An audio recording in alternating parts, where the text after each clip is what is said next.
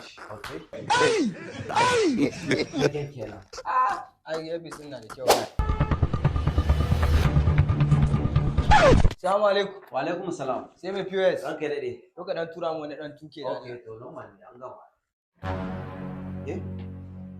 Call number 01 01 4774. okay Say 4. say 4 Say 9. say 9 Say 61. 61 61. 61 Eh. okay Tanko Ayuba. Eh. God have mercy upon us. Ya Oraimon nan fa. Wane kenan? Wanda Oraimon Okay, Oraimon. dan kawo mishi. Okay. Wajen kenan. Ai earpiece din na da kyau. Yana da kyau sosai. Na ga wannan mai yanka uku ne. Me kawo ku ne ma? Ni mai yanka biyu nake ne. Babu ne. To baya sai na ƙara juyowa. Okay, to normal ne. Kai try. Okay. Nagode. Assalamu alaikum, ranka ya dade. Mai POS. Bismillah mana. Ya yanzu kenan. Bismillah. Matsala ne? Da matsala ma kuwa.